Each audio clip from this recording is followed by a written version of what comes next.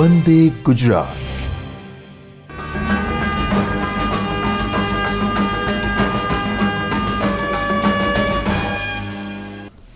નમસ્કાર, હું દશરથ પંડ્યા, મદદનીશ નિયામક મહેકમ મહિલા અને બાળ વિકાસ કમિશનર શ્રીની કચેરી ગાંધીનગરથી સૌ દર્શક મિત્રોનું સ્વાગત કરું છું. મિત્રો, આજનો જે કાર્યક્રમ છે એ ખૂબ જ મહત્ત્વપૂર્ણ છે અને એની અંદર આગામી જે આંગણવાડી કાર્યકર અને તેડાગર બહેનો છે એમની ભરતી પ્રક્રિયા શરૂ થવા જઈ રહી છે. તો એમાં કેવી રીતે આવેદન કરવું, સરકારશ્રી દ્વારા શું નવા સુધારા એની અંદર આમેજ કરવામાં આવ્યા છે અને ભરતી પ્રક્રિયાની અંદર શું ધ્યાન રાખવા જેવી બાબતો છે એ આપણે ખૂબ જ વિગતવાર જાણવાના છીએ. તો આ અંગે આપણી સાથે અત્યારે આઈટી અને આખી ટીમ હાજર છે. મારી સાથે મારી બાજુમાં મદદનીશ નિયામક શ્રી આઈટી પ્રશાંત દવે સાહેબ હાજર છે. એમની બાજુમાં શ્રી અમિતભાઈ બગથરિયા એ હાજર છે. અને આપણે આજે ફક્ત એક જ મુદ્દો એવો લીધો છે કે કેવી રીતે આવેદન કરવું અને આવેદન કરતી વખતે કઈ કઈ બાબતોનું ધ્યાન રાખવું. તો આ જે મુદ્દા છે એની અંદર વિગતવાર આપણને માહિતી આપવા માટે હું પ્રશાંત દવે સાહેબને વિનંતી કરીશ કે સાહેબ આપણને એના વિશે જાણકારી આપે. નમસ્તે મિત્રો, જે રીતે આપણને પંડ્યા સાહેબે માહિતી આપી કે આજે આપણે ખૂબ મહત્ત્વપૂર્ણ બાબત ઉપર ચર્ચા કરવા જઈ રહ્યા છીએ. જે મહત્ત્વની બાબત એ છે કે આપણે આંગણવાડી કાર્યકર તથા તેડાગરની ભરતી પ્રક્રિયા, સમગ્ર ભરતી પ્રક્રિયા ઓનલાઈન કરી છે ને આ ભરતી પ્રક્રિયાની અંદર આપનું આવેદન, આપની અરજી કેવી રીતે વ્યવસ્થિત સારી રીતે થઈ શકે તથા તકલીફો વગરની થઈ શકે તથા આપના સિલેક્શનના ચાન્સીસ વધારે જડા થઈ શકે એના માટે આ જે આખી પ્રોસેસ છે એ આખી પ્રોસેસની ચર્ચા આપણે આજે અહીંયા પર કરવાના છીએ. મિત્રો, થોડા મૂળમાં જઈએ તો એવી વાત છે કે 2019માં 25/11/2019ની અંદર એક ઠરાવ થયેલો હતો, જેની અંદર મહિલા બાળ વિકાસ વિભાગ દ્વારા એક નવી પદ્ધતિ અપનાવવામાં આવી હતી, ઓનલાઈન રિક્રુટમેન્ટની પદ્ધતિ. ઓનલાઈન રિક્રુટમેન્ટની પદ્ધતિની અંદર એક પોર્ટલ બનાવવામાં આવ્યું હતું, https://e-hrms.gujarat.gov.in કરીને નામીને પોર્ટલ બનાવવામાં આવ્યું હતું, જેના મારફત સમગ્ર ગુજરાતની અંદર આજથી વર્ષ પહેલાં ભરતી પ્રક્રિયા કરવામાં આવી હતી, જે ખૂબ જ સફળતાપૂર્વક થયેલી હતી. જેની અંદર કુલ 5600 જેટલા ઉમેદવાર કે તેથી વધુ ઉમેદવાર લોકોની ભરતી પણ એ મારફત થયેલી હતી.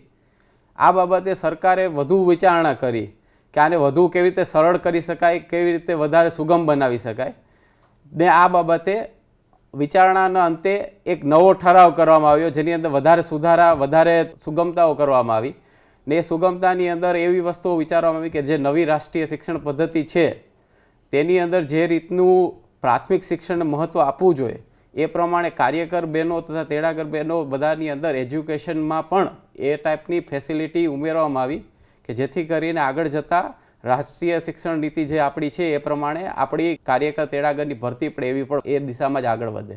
આ આખી ભરતી પ્રક્રિયાને આપણે સ્ટેપ બાય સ્ટેપ જોઈશું, પણ આજનો આપણો જે મુખ્ય ઉદ્દેશ્ય છે એ બંને રીતે છે. એક કે જે આપણા વિલેજ લેવલ વીસી ભાઈ બહેનો છે, બરાબર છે, કે જેમની મદદથી ગામડામાં દરેક ઉમેદવાર એમની મદદ લઈને પણ અરજી કરી શકે છે. તો એ અરજીની અંદર વીસી ભાઈ બહેનોએ જ્યારે ઉમેદવારના બિહાફમાં અથવા એમના વતી જ્યારે અરજી કરી રહ્યા છે ત્યારે એમણે શું વસ્તુનું ધ્યાન રાખવું છે, અથવા તો ઉમેદવાર ખુદ પોતાનું નામાંકન ભરી રહ્યા છે ત્યારે એમને કઈ બાબતોનું ધ્યાન રાખવાનું છે. જે વિવિધ બાબતો, જેવી કે હું તમને ટૂંકમાં કહું તો એક એ કે આપણે જ્યારે એજ્યુકેશન કોઈ દેખાડીએ છીએ, અભ્યાસ કોઈ દેખાડીએ છીએ, એ તો પૂર્ણ થયેલો અભ્યાસક્રમ દેખાડીએ. કારણ કે મિત્રો, આખી પદ્ધતિ મેરિટ આધારિત છે. આની અંદર કોઈ પણ પ્રકારની લેખિત એક્ઝામ અથવા પરીક્ષા લેવાનું કોઈ પ્રાયોજન છે નહીં. જે તમે ફોર્મ ભરી રહ્યા છો એના પરથી જ સિસ્ટમ જ ખુદ એક મેરિટ બનાવી રહ્યું છે ને મેરિટના આધારે પ્રથમ ક્રમને સિલેક્શન કરવામાં આવી રહ્યું છે. એમની દસ્તાવેજની ચકાસણી કરીને અંતે એમને જો એમના દસ્તાવેજ સાચા હોય તેમને મંજૂરી હુકમ પણ આપી દેવામાં આવે છે. આથી જે તમે અરજી ફોર્મ ભરો છો એ ખૂબ મહત્ત્વનું બની રહે છે કે એ ફોર્મ તમે વિસંગતતા વગરનું ભરો, એ ફોર્મની અંદર બધી જ માહિતી સાચી હોય, જેથી કરીને જ્યારે અમારા સીડીપીઓ બહેનો દ્વારા એનું સ્ક્રુટિની કરવામાં આવે ત્યારે જિલ્લા કક્ષાએ તથા તાલુકા કક્ષાથી જે સ્ક્રુટિની ઘટક કક્ષાએથી જે સ્ક્રુટિની થાય છે એ સ્ક્રુટિની અંદર આપની નામાંકન નામંજૂર ના રહે, મંજૂર જ રહે. આ ઉપરાંત જે તમારા માર્ક્સ તમે લખો છો એની અંદર પણ એવી સિસ્ટમ છે કે દરેક અભ્યાસક્રમના દરેક સેમિસ્ટર વર્ષ કે જે પ્રમાણે તમે અભ્યાસ કરો છો એ પ્રમાણે માર્ક્સ દર્શાવવાના છે. ઉપરાંત ક્યાંય ગ્રેડ કે સ્કોર એવી કોઈ પદ્ધતિ છે તમે જેનાથી તમે જે અભ્યાસ કર્યો છે એની અંદર એવી કોઈ પદ્ધતિ છે તેનું માર્ક્સ અથવા ટકાવારીમાં કેવી રીતે કન્વર્ઝન કરવું કે એ બધું પણ આની અંદર સમાવિષ્ટ અમે કરવાના છીએ. એટલે ખાસ મિત્રો આ અભ્યાસ આખો જે પૂરો કોર્સ છે એની અંદર તમે આખી ટ્રેનિંગની અંદર તમે જોશો કે અમે દરેક જગ્યાએ તમને એક એક બાબતોમાં એ વસ્તુ તમને હાઇલાઇટ કરીને કહીશું કે ક્યાં પર ઉમેદવારે ખૂબ કાળજી લેવાની છે, ક્યાં પર ઉમેદવારે ખૂબ ધ્યાન આપવાનું છે, જેથી કરીને તમારું નામાંકન સફળ રહે તથા તમારું મેરિટની અંદર આગળ સ્થાન આવે એવી અમે આશા કરીએ. આના માટે આજે મારી સાથે અમારા કમિશનર કચેરીના ડેવલપર અમિતભાઈ મારી સાથે જોડાયેલા છે. અમિતભાઈને હું વિનંતી કરીશ કે હવે એ સૌથી પહેલાં તો શરૂઆત કરે કે જ્યાં આપણે જે સુધારા કર્યા છે એ સુધારામાં શું શું સમાવિષ્ટ છે ને પછી ધીરે ધીરે સોફ્ટવેરમાં એને કેવી રીતે એપ્લાય કરવાનું છે. અમિતભાઈ, એક ઉમેદવારે જે શું બાબતો ધ્યાન રાખવાની છે એ બધી બાબતો ઉપર તમે એમને વિસ્તૃત માહિતી આપો એવી હું તમને વિનંતી કરીશ. નમસ્કાર, હું અમિત બગથરિયા વિભાગમાં આઈટી સેલમાં પોતાની ફરજ બજાવું છું. અને આજે જેમ હમણાં માનનીય પ્રશાંત દવે સરે કહ્યું કે અરજી કરતી વખતે જે ઉમેદવારે જે વિશેષ કાળજી રાખવાની છે એમાં એક આપણને જે વધારે જેમાં ભૂલ રહી જાય એવો એક મુદ્દો છે અભ્યાસની વિગત.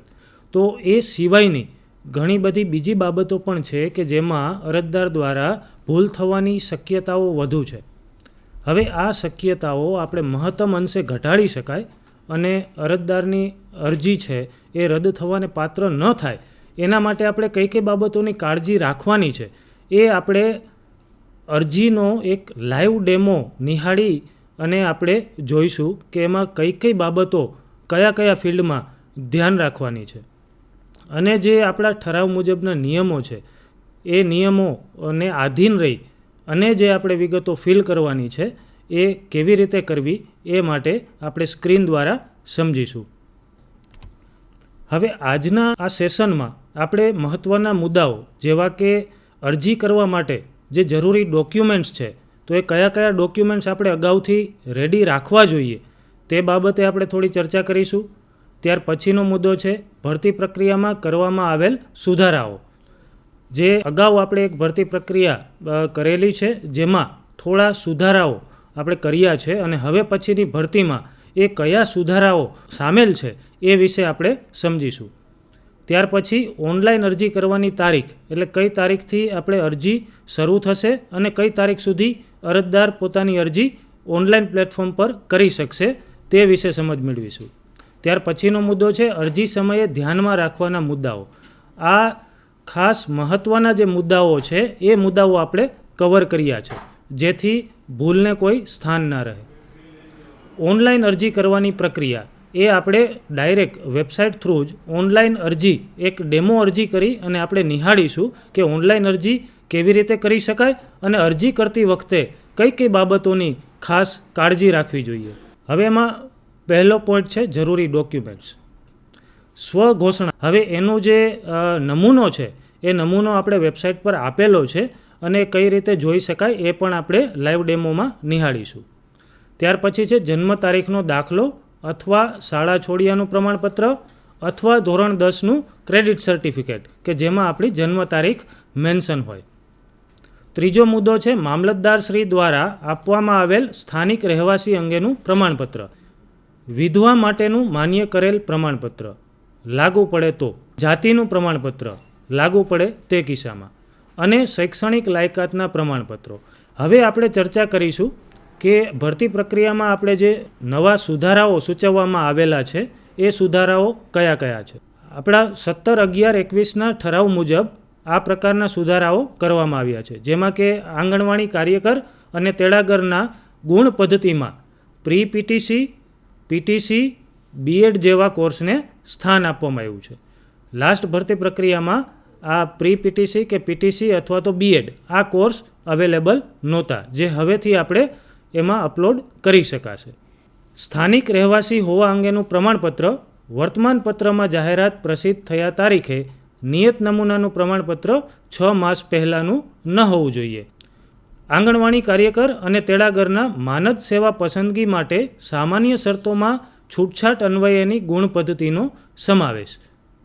આ એવી જગ્યાઓ માટે છે કે અગાઉ 3 વખત એમની ભરતી પ્રક્રિયા થઈ હોય અને છતાં બી કોઈ કારણસર એ જગ્યા ખાલી પડેલ હોય અને જ્યારે ચોથી વખત એના માટે આપણે જ્યારે ભરતી પ્રક્રિયા કરી રહ્યા હોઈએ ત્યારે આ છૂટછાટ ગણતરીમાં લેવાશે. મેરિટ યાદી અનુસાર પસંદગીનો બીજો અને ત્રીજો ક્રમ ધરાવતા ઉમેદવારનો સંબંધિત આંગણવાડીની પ્રતીક્ષા યાદીમાં સમાવેશ. એટલે જે પ્રથમ ઉમેદવાર છે એ તો પસંદગીને પાત્ર છે જ, પણ કોઈ કારણસર જો પ્રથમ ઉમેદવાર છે એ જગ્યા પર હાજર નથી થતા તો બીજા અને ત્રીજા ક્રમના જે ઉમેદવાર છે માત્ર ને માત્ર બીજા અને ત્રીજા ક્રમના ઉમેદવાર છે એમનો જ સમાવેશ પ્રતીક્ષા યાદીમાં થશે. મિત્રો, અહીંયા પર હું મેરિટ યાદી વિશે તમને કહું કે આપણે કોઈ એક આંગણવાડી છે એના પર જેટલા ઉમેદવાર અરજી કરે છે એની અંદર એક મેં તમને જેમ કીધું CDPO ઓફિસર અમારા જે હોય છે એ એના પર સ્ક્રુટિની કરતા હોય છે, પ્રોગ્રામ ઓફિસર એમની ચેક કરતા હોય છે. ત્યારબાદ જેટલી પણ અરજીઓ માન્ય રહી છે એ બધી જ અરજીઓનો સમાવેશ મેરિટ યાદીમાં થતો હોય છે. પરંતુ તેની અંદરથી જે ઉમેદવારોને આપણે પ્રતીક્ષા યાદીમાં સમાવેશ કરીએ છીએ એનો અર્થ કે પહેલાં જે 3 વ્યક્તિઓ છે એમનો પ્રતીક્ષા યાદીમાં સમાવેશ થાય એની અંદરથી જે પ્રથમ વ્યક્તિ છે એને તો અમે ડોક્યુમેન્ટ વેરિફિકેશન માટે બોલાવીએ, એમના ડોક્યુમેન્ટ વેરીફાઈ થવા માટે આવે. એની અંદર જો એમના ડોક્યુમેન્ટમાં કોઈ ત્રુટિ જણાય, કોઈ અસામાન્યતા જણાય તો એમની ઉમેદવારી રદ થાય. પછી જે બીજા અને ત્રીજા નંબર છે એના માટે પ્રતીક્ષા યાદીમાંથી એમને પસંદગી કરવા માટે વારાફરતી એમના ક્રમ મુજબ ડોક્યુમેન્ટ વેરિફિકેશન માટે ફરીથી બોલાવવામાં આવે. એ પ્રતીક્ષા યાદી છે જે 6 મહિના સુધી જીવંત રહેતી હોય છે મેરિટ યાદીના પ્રસિદ્ધ થયા બાદ. એટલે આ બાબતે જે મેરિટ યાદી અને પ્રતીક્ષા યાદી છે એ એકદમ જુદી વસ્તુઓ છે. પ્રતીક્ષા યાદી એ છે કે જેની અંદરથી પસંદગી કરવામાં આવે છે અને મેરિટ યાદી એ સંપૂર્ણ એક આંગણવાડી ઉપર જેટલી પણ અરજીઓ આવી છે એનું ઉમેદવારોનું કમ્પ્લીટ જે સંપૂર્ણ લિસ્ટ કહેવાય એ લિસ્ટ છે કે જેની અરજીઓ માન્ય રહી છે. ત્યાર પછીનો જે આપણો મુદ્દો છે, હાજર થતી વખતે જન્મ તારીખના પુરાવા માટે શાળા છોડ્યા અંગેનું પ્રમાણપત્ર અથવા જન્મ તારીખનો દાખલો અથવા SSCનું ક્રેડિટ સર્ટિફિકેટની પ્રમાણિત નકલ માન્ય ગણવા કે જેમાં આપની બર્થ ડેટ પ્રોપર મેન્શન હોય. આંગણવાડી કાર્યકર અને તેડાગરને દિન 10માં હાજર થવાનું રહેશે અથવા વધુમાં વધુ 2 માસ સુધી મુદત લંબાવવા લેખિતમાં મંજૂરી મેળવી શકાશે. આમ તો આપને લાગુ નથી પડતું પણ આપને ધ્યાનમાં રહે એ માટે કે દિન 10માં હાજર થવાનું રહે છે. ત્યારબાદ ₹100ના સ્ટેમ્પ પેપરનું સોગંદનામું નાબૂદ કરવામાં આવ્યું છે. આ હમણાં જ આપણે ચર્ચા થઈ તે મુજબ આ સોગંદનામું આપણે નાબૂદ કરી અને સ્વઘોષણાપત્રક ઉમેર્યું છે જેમાં અયોગ્યતા, ધોરણ 10 તથા લગ્ન બાદના નામનો સમાવેશ કરવામાં આવ્યો છે.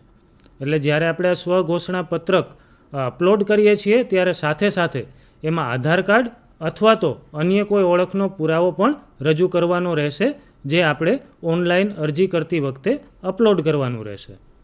હવે આપણે ગુણ પદ્ધતિ વિશે થોડી સમજ મેળવીએ. આંગણવાડી કાર્યકરની પસંદગી માટેની ગુણ પદ્ધતિ છે.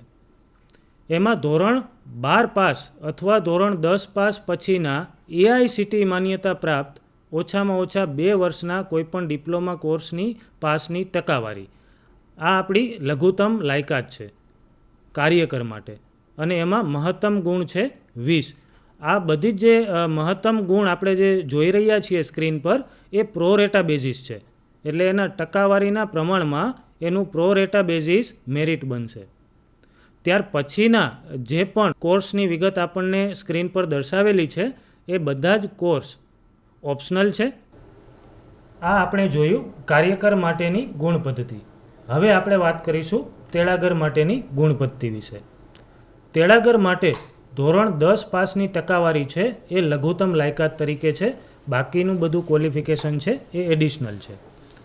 એટલે એ સિવાયનું જો આપ મહત્તમ ક્વોલિફિકેશન ધરાવતા હોય અને જો અપલોડ કરવા ઈચ્છતા હોય તો આપણે જેમ કાર્યકરના કિસ્સામાં જે રીતે આપણે વાત કરી એ મુજબ અહીંયા પણ આપણે એ ધ્યાન રાખવાનું થાય કે જે આપણા પૂર્ણ કોર્સ છે એ જ આપણે અપલોડ કરવા જોઈએ, જેથી અરજી રદ થવાને પાત્ર ન થાય. ધોરણ 10 પાસની ટકાવારી એના મહત્તમ ગુણ છે 20. ત્યારબાદ છે ધોરણ 12 પાસ અથવા ધોરણ 10 પાસ પછીનો એઆઈસીટી માન્યતા પ્રાપ્ત કોઈ પણ ઓછામાં ઓછા 2 વર્ષનો ડિપ્લોમા કોર્સ.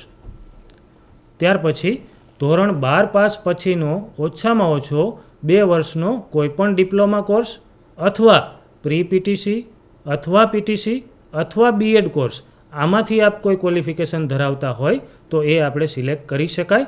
પણ આમાંથી કોઈ એક કરતાં વધારે કોર્સ આપણે સિલેક્ટ નહીં કરી શકીએ, અથવા તો સ્નાતક કોર્સ.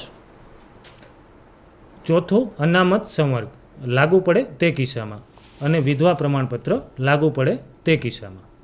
અહીંયા પર ઘણા બધા મિત્રોને એવો વિચાર આવતો હશે, એવો પ્રશ્ન થતો હશે કે પ્રો રેટા બેસિસ છે શું? પ્રો રેટા બેસિસ મિત્રો એક સાદી એવી વાત છે કે આપણે એવું માનીએ છીએ કે કોઈ ઉમેદવારને જો ધારો કે ધોરણ 10 પાસની અંદર ટકાવારીમાં 100% પૂરેપૂરા માર્ક આવ્યા હોત તો એને 20 માર્ક મળત મહત્તમ.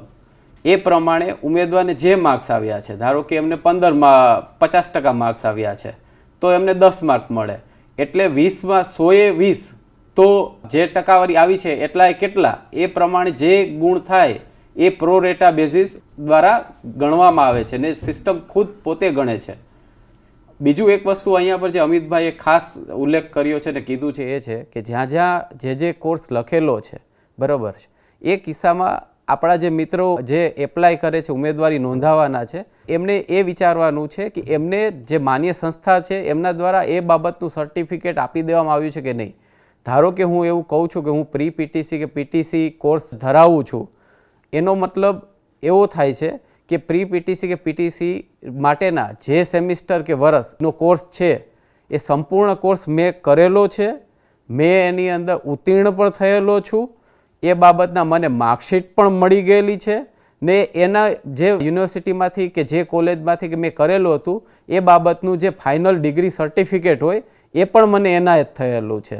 ત્યારે એ કોર્સ સંપૂર્ણ કોર્સ ગણાશે ને એ પ્રમાણે જે સંપૂર્ણ કોર્સની વિગતો ઉમેદવાર પાસે જ્યારે જે ઉમેદવાર એપ્લાય કરવા જઈ રહ્યા છે એ દિવસે એમની પાસે હશે, એ જ ઉમેદવારી નોંધાવશે ત્યારે એ ઉમેદવારી પસંદ થવાના, માન્ય રહેવાની અરજીના પ્રમાણ 100% થઈ જાય છે. ને બાકીના કિસ્સામાં એવું બને છે કે જો એમનું કોર્સ અપૂર્ણ છે, અધૂરો છે, હજુ હું એ કોર્સ કરી રહ્યો છું ને હું એ બાબતની દાવેદારી નોંધાવું છું, એ કિસ્સામાં જ્યારે સ્ક્રુટિની થાય છે ત્યારે વિસંગતતા ઊભી થાય છે. એ કોર્સ પૂરો કર્યો નથી એ ચેક કરતાં તરત માલુમ પડી જાય છે ને અરજી રિજેક્ટ કરવામાં આવે છે. આ બાબતે જે અરજી નોંધાવવાની છેલ્લી તારીખ હોય છે એ તારીખે જે તે ઉમેદવારની શૈક્ષણિક લાયકાત, ઉંમરની લાયકાત તથા અરજી કરવા માટેની અન્ય દરેક લાયકાત મેળવવા માટેની એ કટ ઓફ ડેટ ગણાય છે. એ તારીખે એમની પાસે જે તે માહિતી જે એમણે અરજી ફોર્મમાં દર્શાવી છે એ દરેક બાબતમાં તેમની પાસે સંપૂર્ણ રીતે એ વસ્તુ એમને એનાયત થયેલી હોય, મળેલી હોય, એ ખાસ ઉમેદવારે પોતે ચેક કરી લેવાનું છે ને વેરીફાઈ કર્યા બાદ જ અરજી કરવાની છે. હવે આપણે જોઈશું અરજી સમયે ધ્યાનમાં રાખવાના મુદ્દાઓ. હવે આ જે મુદ્દાઓ છે એ આપણે જે સ્ક્રીન પર અત્યારે બહુ ઓછા મુદ્દા આપણે લખ્યા છે, પણ જે મહત્તમ ભૂલ થવાની શક્યતાઓ છે એ કિસ્સાઓ આપણે અહીંયા દર્શાવ્યા છે. આ બાબતમાં આપણે ખાસ કાળજી લેવાની છે. ઓનલાઈન અરજી કરવાની પ્રક્રિયા. ઓનલાઈન અરજી કરવા માટે, મેરિટ યાદી જોવા માટે કે અપીલ કરવા માટેની વેબસાઇટ છે જે આપણે સ્ક્રીન પર જોઈ શકાય છે, https://e-hrms.gujarat.gov.in. આ વેબસાઇટનું URL છે જે આપ બરાબર નોંધી લેશો. આપણે આ વેબસાઇટનો યુઝ કરી અને ઓનલાઈન અરજી કરી શકાશે. હવે ઓનલાઈન અરજી કેવી રીતે કરવી અને અરજી દરમિયાન કઈ કઈ તકેદારી રાખવી એ વિશે આપણે વિગતવાર સમજ મેળવીશું. વેબસાઇટ પર આપણે એક ડેમો અરજી કરીશું અને એના દ્વારા સ્ટેપ બાય સ્ટેપ જે ભૂલોને જે અવકાશ રહેતો હોય છે એ અવકાશ કેવી રીતે ઘટાડી શકાય તે વિશે સમજ મેળવીશું. આ EHRMS ગુજરાતની વેબસાઇટ છે. આ વેબસાઇટ પર જઈ અને આપણે ઓનલાઈન અરજી કરી શકીએ છીએ. ઓનલાઈન અરજી કરવા માટે રિક્રુટમેન્ટ નામનું મેનુ જોવા મળશે, જેમાં એપ્લાય બટન હશે. એપ્લાય મેનુ ઉપર આપણે ક્લિક કરીશું એટલે ઓનલાઈન અરજી કરી શકાશે. પણ ઓનલાઈન અરજી કરતાં પહેલાં મારે 2 મેનુ વિશે થોડી જાણકારી આપવી છે. એક તો આપણે જે ટ્યુટોરિયલ ફોર વર્કર નામનું જે મેનુ છે એ આપણે ખાસ કરીને કાર્યકરની ઓનલાઈન અરજી કરવા માટે, કાર્યકરની જગ્યા માટે ઓનલાઈન અરજી કરવા માટેની જે પદ્ધતિ છે એ પદ્ધતિ માટેનું ટ્યુટોરિયલ આપણે અહીં દર્શાવેલું છે. તો એનો અભ્યાસ કર્યા બાદ આપણે ઓનલાઈન અરજી કરીશું તેવી આપ સૌને વિનંતી છે.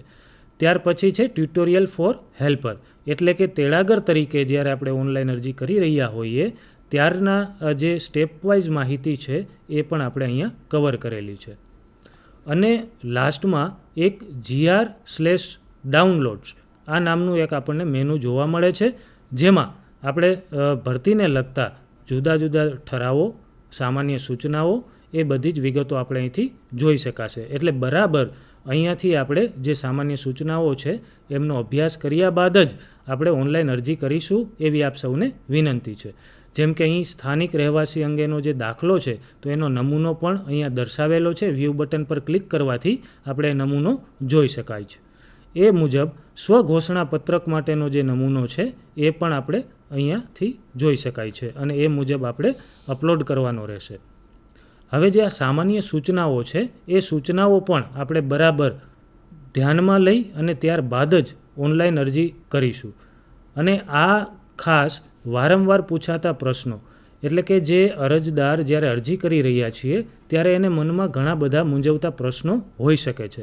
તો મોટા ભાગે આ એવા પ્રશ્નોનું લિસ્ટ છે કે જે અમારા સુધી પહોંચ્યા છે, તો એ પ્રશ્નોનું નિરાકરણ અહીં અમે આપને દર્શાવેલું છે. એટલે આ માહિતી પણ આપ ખાસ જુઓ તે પણ વિનંતી છે. એટલે અરજી કરતાં પહેલાં જ આપના મોટાભાગના પ્રશ્નો છે એ સોલ્વ થઈ જશે.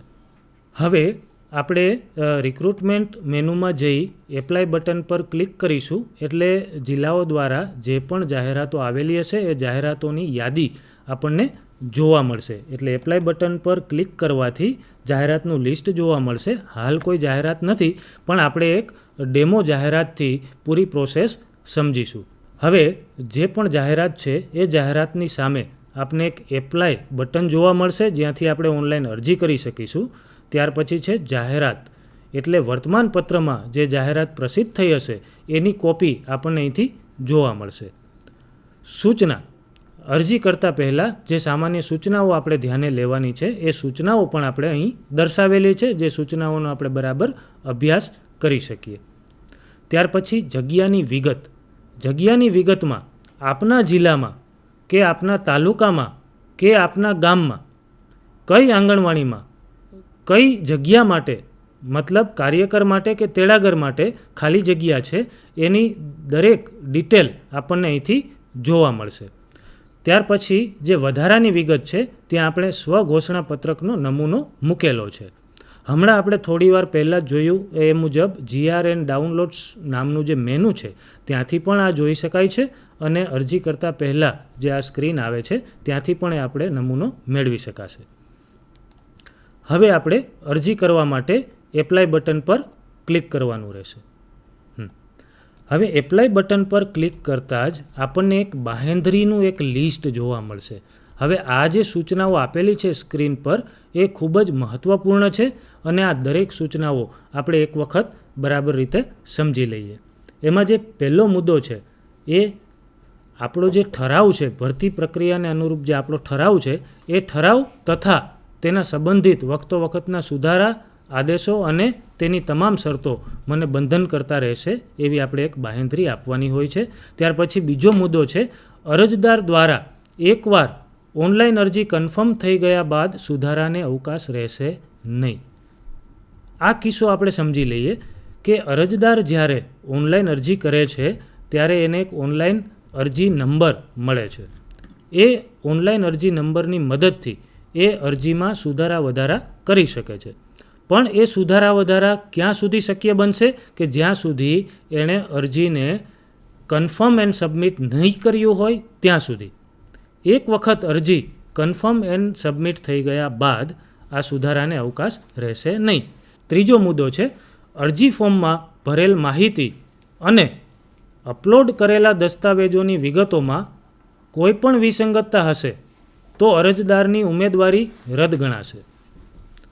અપલોડ કરેલ અસલ દસ્તાવેજો બરાબર વાંચી શકાય તે પ્રકારના હોવા જોઈએ, અન્યથા ફોર્મ રદ થવા પાત્ર ગણાશે.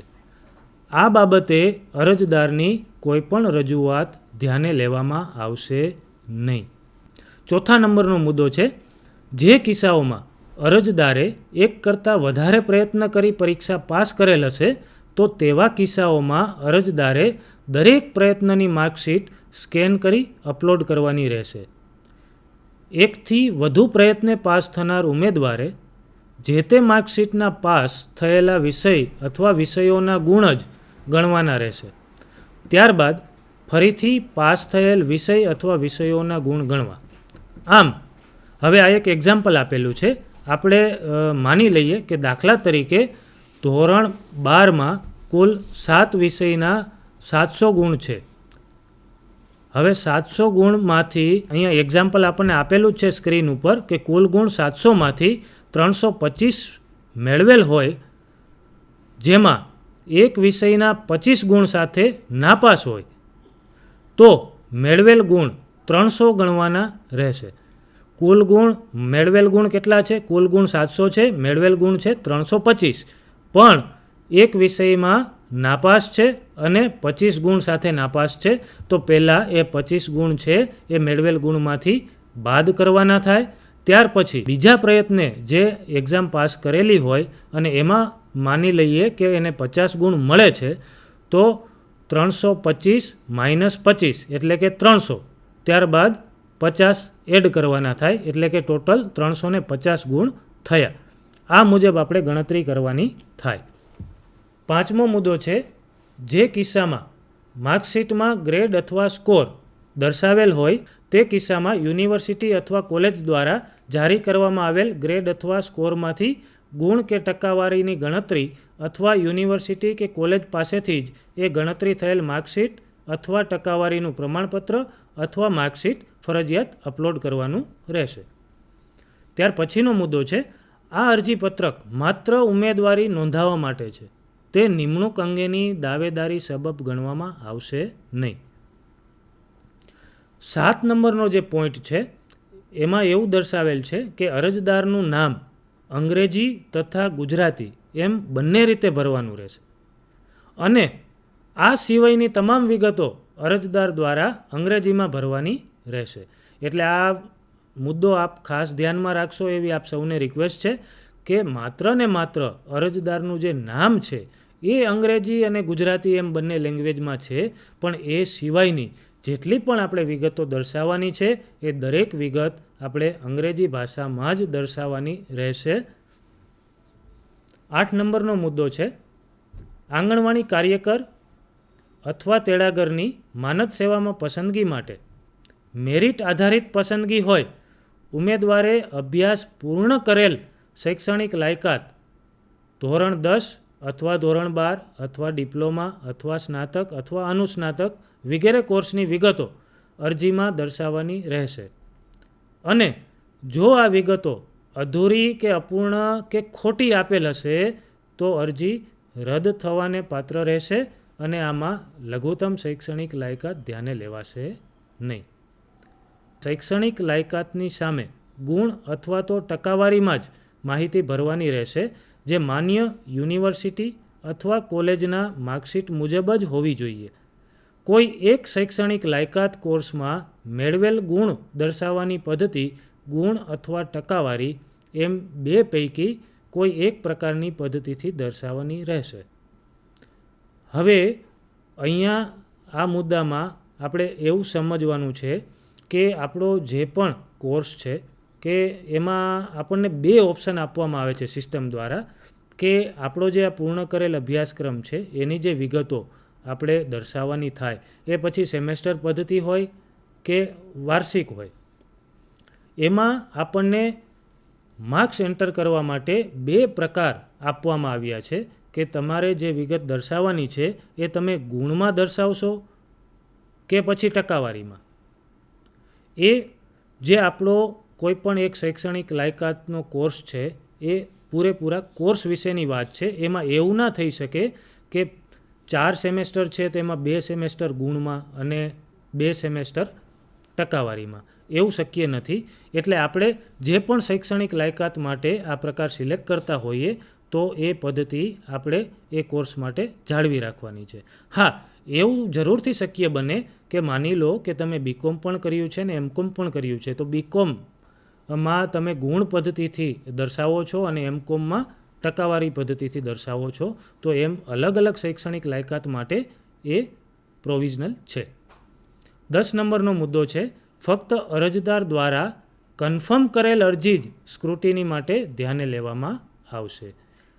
હમણાં જે આપણે બીજા નંબરના મુદ્દામાં ડિસ્કસ કર્યું એ મુજબ કે જ્યારે અરજદારને પોતાની અરજીમાં કોઈ સુધારાને અવકાશ લાગતો હોય તો ત્યાં સુધી અરજદાર છે એ પોતાની અરજી કન્ફર્મ નહીં કરે, એને જ્યાં સુધી વિગતો સુધારવી હશે. હા, પણ અરજીની છેલ્લી તારીખ સુધીમાં જો તમે અરજી કન્ફર્મ નહીં ગણો તો પછી એ અપૂર્ણ તરીકે જ ગણાશે. એટલે અરજી કન્ફર્મ કરવી જરૂરી છે. એટલે અરજીની છેલ્લી તારીખ સુધીમાં આપણે એ વિગતો સુધારી અને ત્યારબાદ અરજી કન્ફર્મ કરી દેવી જોઈએ.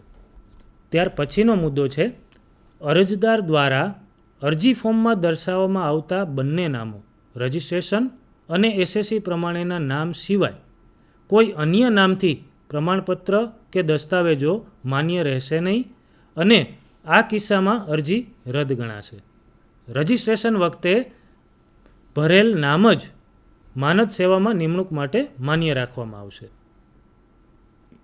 ત્યાર પછીનો પોઈન્ટ છે, કન્ફર્મ એપ્લિકેશન કરતાં પહેલાં અરજદારે અપલોડ કરેલ બધા જ દસ્તાવેજો ઓપન કરીને ખાતરી કરી લેવાના રહેશે.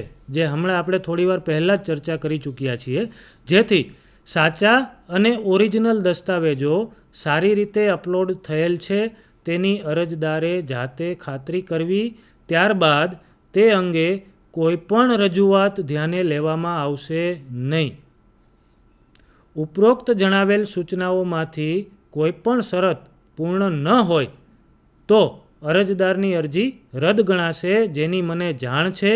આ તમામ સૂચનાઓ મેં વાંચી છે અને સમજી છે અને હું સંમત છું એવી આપણે ખાતરી આપવાની રહેશે, બાહેંધરી આપવાની રહેશે. અને બાહેંધરી આપવા માટે આપણે આઈ એગ્રી બટન ઉપર ક્લિક કરવાનું રહેશે. આઈ એગ્રી ઉપર જેવું આપણે ક્લિક કરીશું એટલે આપણે ઓનલાઈન અરજી માટેનું ફોર્મ ઓપન થશે. એમાં જુદા જુદા 4 સ્ટેપમાં આપણે વિગતો દર્શાવવાની છે. એમાંથી જે પહેલું સ્ટેપ છે એ રજિસ્ટ્રેશન માટેનું છે. રજિસ્ટ્રેશન માટે આપણે જિલ્લો પસંદ કરવાનો છે, ત્યારબાદ તાલુકો પસંદ કરવાનો રહેશે. ત્યારબાદ આપ જે ગામ માટે અરજી કરવા માંગતા હોય એ ગામ સિલેક્ટ કરવાનું રહેશે. ત્યારબાદ આપ જે આંગણવાડી માટે અરજી કરી રહ્યા છો તે આંગણવાડી સિલેક્ટ કરવાની રહેશે. ત્યારબાદ ઉમેદવારનું નામ અંગ્રેજી અને ગુજરાતી એમ બંને લેંગ્વેજમાં લખવાનું રહેશે. જાતિ સ્ત્રી, જગ્યા. હવે આપે જે આંગણવાડી સિલેક્ટ કરેલી હશે એ આંગણવાડી માટે આંગણવાડી કાર્યકર કે તેડાગર એ પૈકી જે પણ માટે ખાલી જગ્યા હશે તે આપને અહીંયા જોવા મળશે. અને જે કિસ્સામાં બંને જગ્યાઓ ખાલી હશે ત્યાં બંને જોવા મળશે. આ આંગણવાડી માટે બંને જગ્યાઓ ખાલી જગ્યા તરીકે છે. એટલે આંગણવાડી તેડાગરમાં પણ આપ અરજી કરી શકશો અને આંગણવાડી કાર્યકર તરીકે પણ અરજી કરી શકશો. ત્યારબાદ આપે આપનો મોબાઈલ નંબર અહીં એન્ટર કરવાનો રહેશે. મોબાઈલ નંબર જે કાર્યરત હોય એ એન્ટર કરવો, જેથી એ મોબાઈલ નંબર પર ઓટીપી મળી શકે. મોબાઈલ નંબર નાખ્યા બાદ સેન્ડ ઓટીપી બટન પર ક્લિક કરવાનું રહેશે. હવે સેન્ડ ઓટીપી બટન ઉપર ક્લિક કરવાથી આપને આપના મોબાઈલમાં એસએમએસ તરીકે એક ઓટીપી અંક મળ્યો હશે અને સાથે સાથે સંદેશ મોબાઈલ એપ્લિકેશનમાં પણ આ ઓટીપી મળશે. સંદેશ એપ્લિકેશન આપણે પ્લે સ્ટોરમાંથી ડાઉનલોડ કરી શકાય છે. ઓટીપી એન્ટર કર્યા બાદ સબમિટ એન્ડ નેક્સ્ટ બટન પર ક્લિક કરવાનું રહેશે. હા, હવે સ્ક્રીન ઉપર આપણને એક મેસેજ જોવા મળી રહ્યો છે. એટલે જેવું આપણે સબમિટ એન્ડ નેક્સ્ટ બટન પર ક્લિક કરીશું એટલે આપણને એક મેસેજ જોવા મળશે. EHRMS પોર્ટલ પર તમારી અરજીનો નંબર ખાલી જગ્યા છે. હવે ઉમેદવારની માહિતી ભરો, જરૂરી દસ્તાવેજો અપલોડ કરી અરજી કન્ફર્મ સબમિટ કરો. એટલે આ જે સ્ક્રીન પર અરજી નંબર દેખાઈ રહ્યો છે એ આપે ખાસ નોંધી લેવાનો છે. એટલે જ્યારે પણ ફ્યુચર કમ્યુનિકેશન હોય, એટલે કે આપને અરજીમાં કોઈ સુધારો કરવો હોય કે ત્યારબાદ મેરિટ જોવું હોય કે કોઈ અપીલ કરવી હોય ત્યારે આ અરજી નંબરની જરૂરિયાત પડશે. ત્યાર પછીનું જે સ્ટેપ છે, સ્ટેપ નંબર 2, ઉમેદવારની માહિતી. ઉમેદવારની માહિતીમાં ઉમેદવારનું નામ અંગ્રેજી અને ગુજરાતી એમ બંને ભાષામાં ભરવાનું રહેશે. ઉમેદવારનું નામ SSCના પ્રમાણપત્ર મુજબ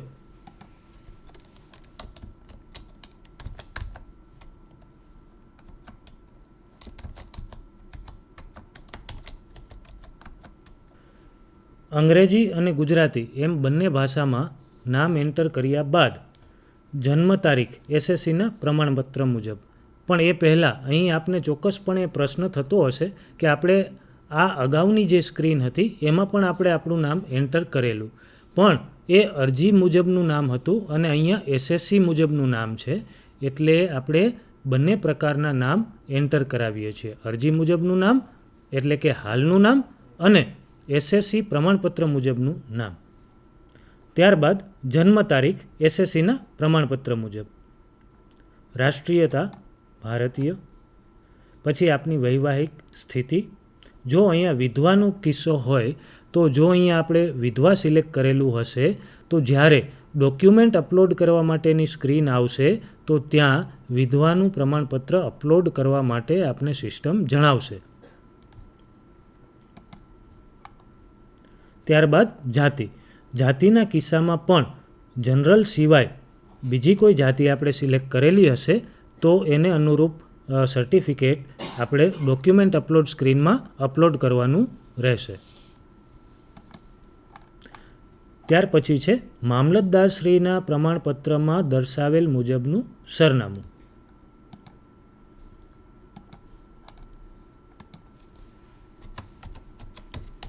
આપણે જે રહેઠાણ અંગેનું પ્રમાણપત્ર મેળવવાનું છે એ નજીકના જનસેવા કેન્દ્ર પરથી મામલતદારશ્રી દ્વારા આપવામાં આવશે.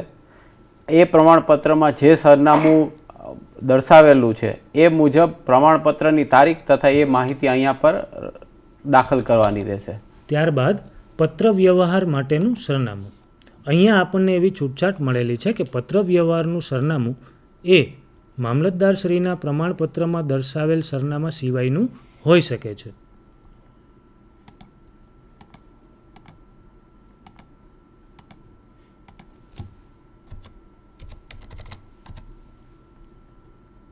ઈમેલ એડ્રેસ ઓપ્શનલ છે. Experience detail. ઉમેદવાર હાલ અરજી કરવાની આંગણવાડીમાં તેડાગર તરીકે કાર્યરત છે અને 10 વર્ષનો અનુભવ ધરાવે છે તથા ભરતી અગ્રતાનો લાભ લેવા માંગે છે. આ એક જ ક્વેશ્ચનમાં 3 ક્વેશ્ચન છુપાયેલા છે કે ઉમેદવાર હાલ અરજી કરવાની આંગણવાડીમાં તેડાગર તરીકે કાર્યરત છે, જો હોય તો એને 10 વર્ષનો અનુભવ ધરાવે છે. આ એટલા માટે છે કે ઠરાવના નિયમ અનુસાર જે અરજી કરવા માટેની આંગણવાડી છે એ જ આંગણવાડીના તેડાગર જ્યારે કાર્યકર તરીકે અરજી કરી રહ્યા હોય અને એને એ જ આંગણવાડીમાં 10 વર્ષ કે તેથી વધુ વર્ષનો અનુભવ ધરાવતા હોય તો એને ઠરાવના નિયમ અનુસાર અગ્રતા મળવાપાત્ર થઈ શકે તથા ભરતી અગ્રતાનો લાભ લેવા માંગે છે. 10 વર્ષ કે તેથી વધુ વર્ષનો અનુભવ ધરાવતા હોય પણ જો એ અગ્રતાનો લાભ લેવા ન માંગતા હોય તો એ ના ઓપ્શન પણ સિલેક્ટ કરી શકે છે. જો હા કરીએ તો એનો હોદ્દો એ તો તેડાગર રહેશે. હવે અરજી કરવાની આંગણવાડી માટે એટલે કે આંગણવાડી કેન્દ્રનું નામ અહીંયા ઓટો સિલેક્ટ થઈને આવી ગયું છે કે તમે જે આંગણવાડી માટે અરજી કરી રહ્યા છો તે જ આંગણવાડી માટે આ લાગુ પડશે અને ત્યાં જ 10 વર્ષનો અનુભવ હોવો જરૂરી છે.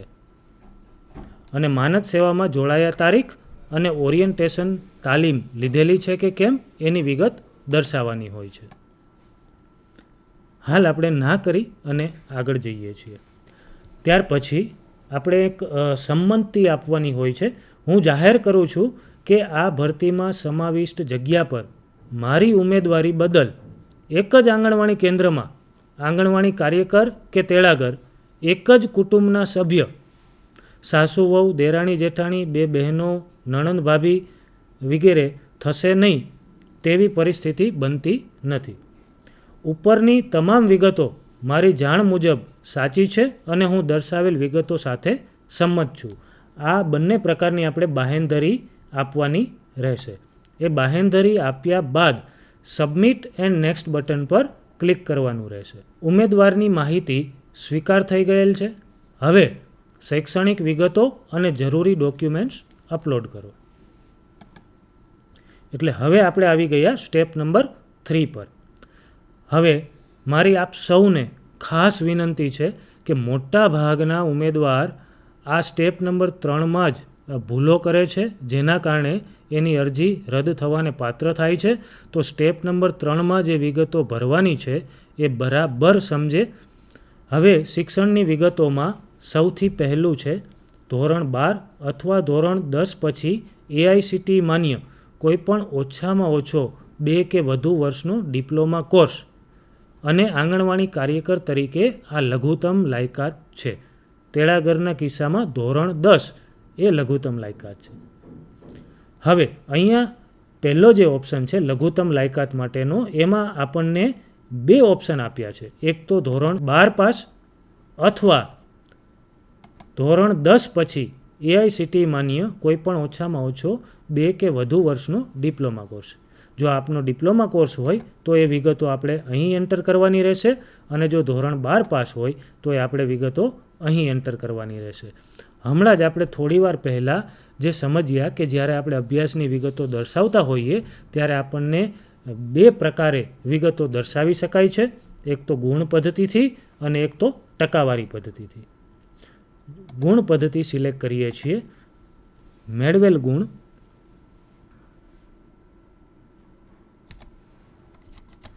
$400, કુલ ગુણ 500, GACB.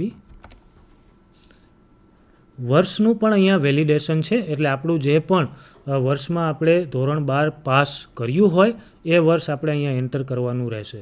એટલે જો તમારે એક કરતાં વધારે પ્રયત્ન હોય તો આપનો જે લાસ્ટ પ્રયત્ન છે કે જેમાં તમે ઉત્તીર્ણ થયા છો એ વર્ષ અહીં દાખલ કરવાનું રહેશે. ટ્રાયલ નંબર જે છે એ પ્રયત્નની સંખ્યા નાખવાની રહેશે. જો તમે 3 પ્રયત્નથી પાસ થયા હોય તો ટ્રાયલ નંબર 3 આવશે અને પ્રથમ પ્રયત્નએ પાસ કરેલું હોય તો 1 આવશે. એટલે અહીંયા એ ખાસ ધ્યાન રાખજો, આ 2માંથી કોઈ એક વિગત ભરવાની છે. પછી જે છે નેક્સ્ટ પોર્શન. હવેનો જે પોર્શન છે એ બધું એડિશનલ ક્વોલિફિકેશન છે જે જરૂરી નથી, પણ આપ ઈચ્છો તો અપલોડ કરી શકો. હા, પણ જો અગર તમે અપલોડ કરો છો તો એમાં બધી જ વિગતો સાચી હોવી જોઈએ, નહીં તો પછી લઘુત્તમ લાયકાત ધ્યાને નહીં લેવાય અને આપની અરજી રદ થવાને પાત્ર થઈ શકે. 12મા ધોરણ પાસ પછીનો ઓછામાં ઓછો 2 વર્ષનો કોઈપણ ડિપ્લોમા કોર્સ અથવા પ્રી PTC અથવા PTC અથવા BEd પાસ અથવા સ્નાતક કોર્સ, એમાંથી કોઈ પણ એક આપ પસંદ કરી શકશો અને એની વિગત નાખી શકશો. હવે આમાંથી કોઈ પણ એક સિલેક્ટ કરવાનું છે. આ કિસ્સામાં એવું બની શકે કે કોઈ પાસે એક કરતાં વધારે લાયકાત હોય, પણ જે લાયકાત આપ ધરાવતા હોય એમાં જેમાં સૌથી વધારે માર્ક્સ હોય એ લાયકાત આપણે સિલેક્ટ કરી શકાય. સ્નાતક. અભ્યાસનું નામ બીકોમ. હવે અભ્યાસનો પ્રકાર છે. પ્રકારમાં આપણને જુદા જુદા 4 ઓપ્શન જોવા મળે છે. હવે પ્રકારમાં એવું બની શકે કે સેમેસ્ટર પદ્ધતિથી હોય અભ્યાસ, યરલી પદ્ધતિથી હોઈ શકે. ઘણા કિસ્સાઓમાં એવું પણ બને છે કે પ્રથમ વર્ષ છે એ વાર્ષિક હોય, એટલે કે એક જ એક્ઝામ હોય વર્ષના અંતે, અને બાકીના જે 2 વર્ષ છે એમાં સેમેસ્ટર સિસ્ટમ હોય. તો એમાં first year and then semester. અને એવો પણ કિસ્સો ઓપ્શનલ કેસમાં હોઈ શકે છે કે સેમ એન્ડ લાસ્ટ યર. તો પહેલાં 2 વર્ષ છે એ સેમેસ્ટર પદ્ધતિ હોય અને છેલ્લું વર્ષ છે એ વાર્ષિક હોય. તો આમાંથી આપણે જે પણ લાગુ પડતું હોય એ સિલેક્ટ કરી શકાય. યર, વર્ષ સંખ્યા. હવે અહીંયા પ્રકાર કોઈ પણ હોય, સેમેસ્ટર હોય કે યર હોય. હવે તમે જે પણ અભ્યાસક્રમ કરેલો છે એ અભ્યાસ કેટલા વર્ષનો છે એ વર્ષની સંખ્યા નાખવાની છે. સેમેસ્ટર હોય તો પણ 3 વર્ષ હોઈ શકે અને વાર્ષિક હોય તો પણ 3 વર્ષ હોઈ શકે બીકોમના કિસ્સામાં.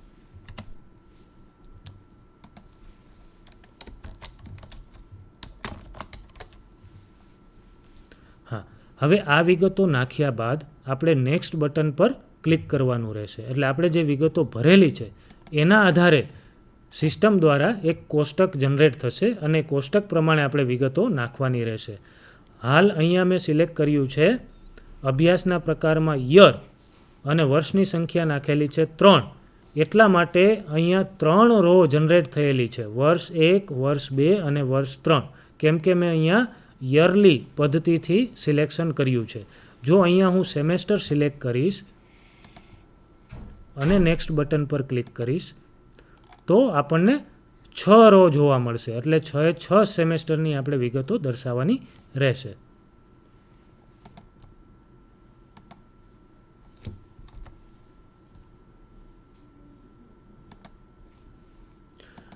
પ્રકાર, ગુણ, મેળવેલ ગુણ 450, કુલ ગુણ 500, પ્રયત્ન 1. એટલે આપણે જેટલા પણ પ્રયત્નમાં પાસ કરેલ હોય એ પ્રયત્નની સંખ્યા અહીંયા લખવાની રહેશે.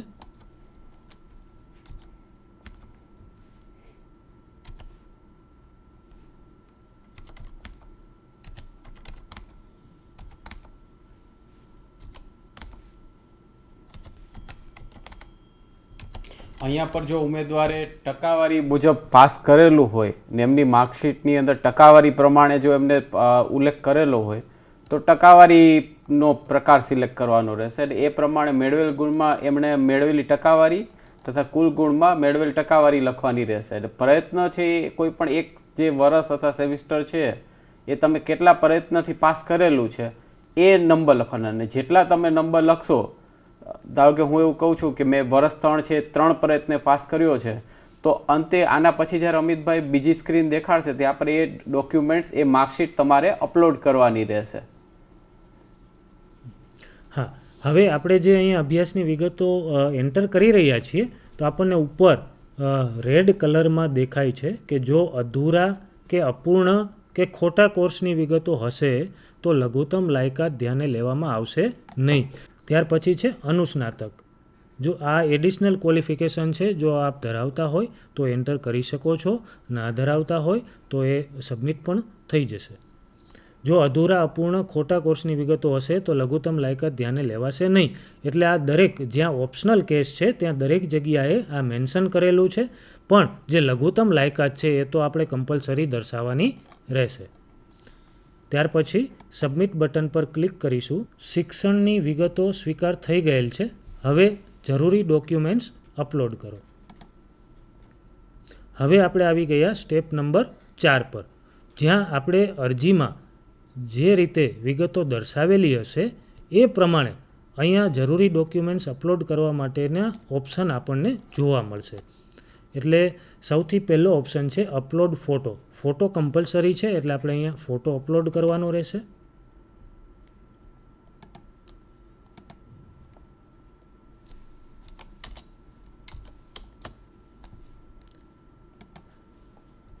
અપલોડ બટન પર ક્લિક કર્યા બાદ આપણને અહીંયા ફોટો જોવા મળશે. એ ફોટો અપલોડ થઈ ગયા બાદ હવે જે ડોક્યુમેન્ટ્સ અપલોડ કરવા માટેનું જે લિસ્ટ આવે છે એ સિસ્ટમ જનરેટેડ છે. એ તમે જે અરજીમાં જે પ્રમાણે વિગતો દર્શાવેલી હશે એ પ્રમાણેના ડોક્યુમેન્ટ્સ આપને અહીં અપલોડ કરવાના રહેશે. મેં અરજી કરતી વખતે જાતિમાં જનરલ સિલેક્ટ કરેલું હતું. જો જનરલ સિવાય બીજું કંઈ સિલેક્ટ કર્યું હોત તો મને અહીંયા જાતિનું પ્રમાણપત્ર અપલોડ કરવા માટે ઓપ્શન મળ્યો હોત. સ્વઘોષણાપત્રક.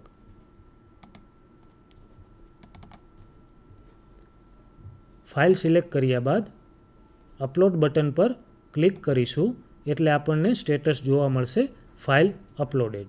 આ પ્રમાણે આપણે દરેક જે અહીંયા ઓપ્શન આપણને આપેલા છે એ દરેકે દરેક સર્ટિફિકેટ કે પ્રમાણપત્ર કે માર્કશીટ અપલોડ કરવાના રહેશે. બધા ડોક્યુમેન્ટ્સ અપલોડ થઈ ગયા છે. હવે ડોક્યુમેન્ટ્સ અપલોડ થઈ ગયા બાદ આપણને નીચે 2 ઓપ્શન જોવા મળે છે, draft application and confirm and submit. હા, પણ આપ જોઈ શકો છો તેમ કે કન્ફર્મ એન્ડ સબમિટ છે ને એ લાઇટ કલરમાં છે, એ ક્લિકેબલ નથી.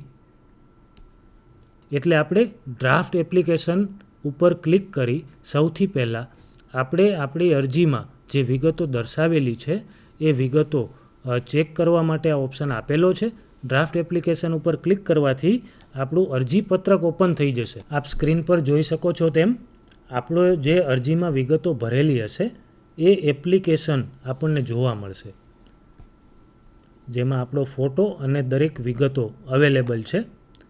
એટલે આ ફાઇનલ એપ્લિકેશનની પ્રિન્ટ નથી, બેકગ્રાઉન્ડમાં લખેલું છે ડ્રાફ્ટ એપ્લિકેશન છે આ.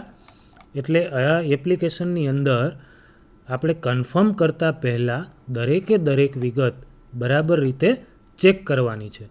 અને જો આપણી બધી વિગતો બરાબર જણાતી હોય તો જ આપણે કન્ફર્મ એન્ડ સબમિટ કરવાનું છે.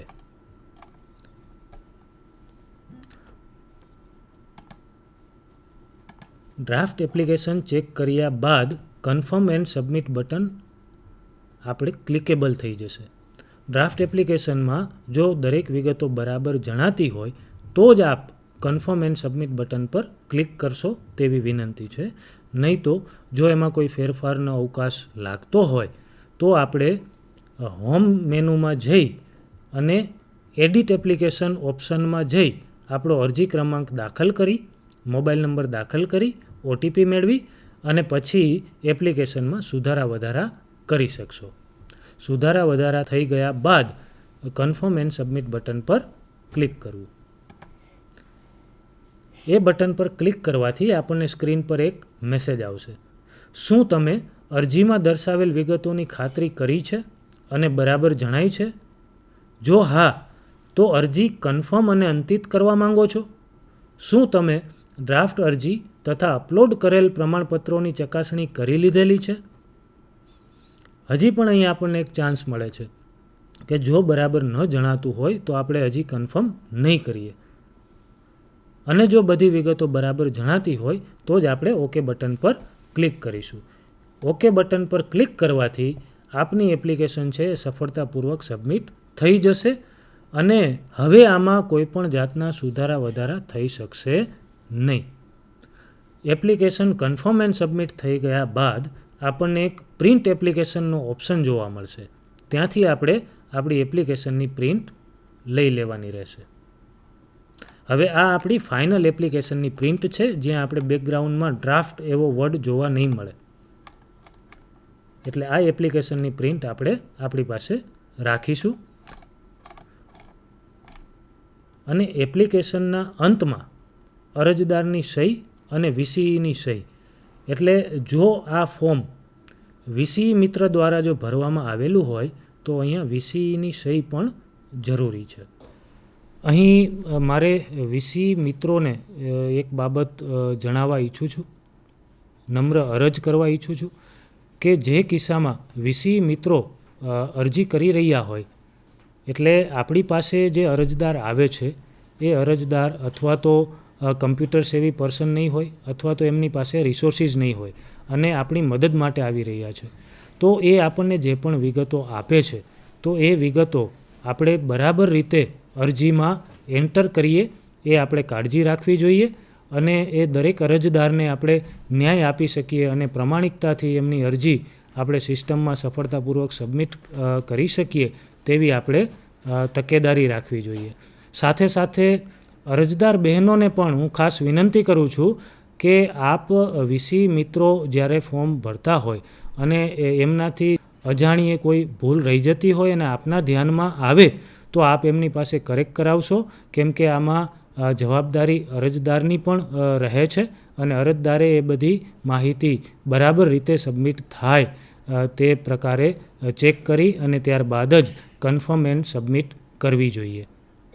આજના સેશનમાં આપણે જે પણ સ્ક્રીન દ્વારા સમજ્યા જે બાબતોનું ધ્યાન રાખવાનું છે એ દરેક બાબતો આપણે બરાબર સમજીને અને ત્યાર પછી જ ઓનલાઈન અરજીની આપણે પ્રોસેસ હાથ ધરીશું. આજના આ ડેમોમાં આપણે કાર્યકર તરીકે અરજી કરીને આપણે સમજ્યા છીએ, પરંતુ તેડાગર તરીકે પણ અરજી કરતા હોઈએ તો એના માટે પણ આ સેમ પ્રોસેસ રહેશે.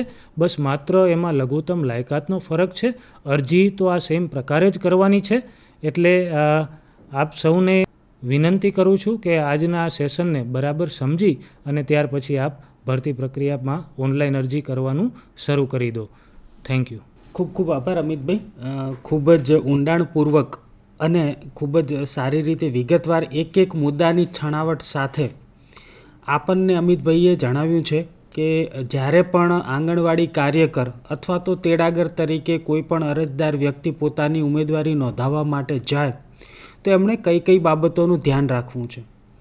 મિત્રો, આ જે આપને અહીંયા આગળ સમજણ આપવામાં આવી એમાં એક વાત હું મારા તરફથી ઉમેરવા માંગીશ. જ્યારે આપ આવેદન કરવા જાઓ છો ત્યારે આની જે વયમર્યાદા છે એ મહત્તમ 33 વર્ષની છે. તો આપ 33 વર્ષની વયમર્યાદાની અંદર જ ઉમેદવારી નોંધાવી શકશો. આવી જ રીતે જ્યારે એક આંગણવાડી તેડાગર એ જ કેન્દ્રની અંદર ખાલી જગ્યા આંગણવાડી કાર્યકરની હોય અને ત્યાં આગળ પોતાની ઉમેદવારી નોંધાવવા જતા હોય તો એમની મહત્તમ જે વયમર્યાદા છે એ 43 વર્ષ છે. તો આ 43 વર્ષની વયમર્યાદાની અંદર જ એક આંગણવાડી તેડાગર બેન જે છે એ જ આંગણવાડી કેન્દ્રની અંદર પોતાની નામાંકન નોંધાવતી વખતે અગ્રતાનો લાભ મેળવી શકશે અને નામાંકન નોંધાવી શકશે. તો આ દરેક અત્યારે જે મિત્રો નિહાળી રહ્યા છે એ આ ખૂબ જ વયમર્યાદાવાળો જે મુદ્દો છે એને ધ્યાને રાખશે એવી વિનંતી છે. બીજું એની સાથે સાથે અમિતભાઈએ ખૂબ જ અને પ્રશાંત સાહેબે આપણને વિગતવાર જે ચેક્સ કહેવાય કે તમારે એક અરજદાર તરીકે જાઓ છો ત્યારે કયા કયા મુદ્દાઓનું ધ્યાન રાખવાનું છે એ આપણને અહીંયા આગળ સમજાવેલું છે. મિત્રો, જે અત્યારે વીસી મિત્રો છે, જે ભાવિ અરજદારો છે, આ સિવાય જ્યારે પણ અરજદાર કાં પોતાની રીતે આવેદન નોંધાવશે અથવા વીસી મારફતે નોંધાવશે અથવા તો અન્ય કોઈ માધ્યમેથી અરજદારી નોંધાવવા માટે જશે તો એ બધાને મારે એક વિનંતી છે કે મિત્રો, આપ સૌને ઉમેદવારી નોંધાવવામાં અને આવેદન કરવામાં સરળતા રહે, માર્ગદર્શન મળી રહે અને આપની જે મૂંઝવણો છે એને અમે વાચા આપી શકીએ એ માટેનો અમારો એક આ નાનકડો પ્રયાસ હતો. અને એની અંદર અત્યારે જે કંઈ પણ આપણી જોડે નિષ્ણાત મિત્રો હતા એમના દ્વારા જે કંઈ પણ વિગતો આપવામાં આવી છે એ માર્ગદર્શન માટે છે. આ અંગેની આખરી જે કોઈ પણ સરકારશ્રીના જે ઠરાવ હોય છે, સરકારશ્રીના જે પરિપત્રો હોય છે, એના જે નિયમો છે, એમાં જે જોગવાઈ છે એ મુજબનું અર્થઘટન જ આખરી રહેશે. એટલે એ પણ આપણે આપ સૌએ ધ્યાને લેવાનું રહેશે. અને અમારો જે આ પ્રયાસ હતો એ આપ સૌ તરફ એક અમારા તરફથી આપને મદદરૂપ થવાનો, સહાયરૂપ થવાનો હતો, જેથી કરી અને સમગ્ર જે આગામી ટૂંક સમયમાં આંગણવાડી કાર્યકર તેડાગરની ભરતીની પ્રક્રિયા શરૂ થનાર છે એમાં અમે આપને એક નાનકડી મદદરૂપ થઈ શકીએ એ માટે અમારી એક નાનકડી પહેલ કરવામાં આવેલી હતી. આશા રાખીએ છીએ કે અમારો આ પ્રયાસ આપ સૌને મદદરૂપ થશે અને આપ સૌ આને ખૂબ જ ધ્યાને રાખી અને ઉમેદવારી નોંધાવશો, જેથી કરી અને આગળની જે પ્રક્રિયાઓ છે એમાં આપને ઓછી મુશ્કેલીઓનો સામનો કરવો પડે. તો ફરીથી હું અમિતભાઈ, પ્રશાંત સાહેબ એમનો આભાર માનું છું અને આપ સૌને ફરીથી ખૂબ ખૂબ શુભેચ્છાઓ. ધન્યવાદ.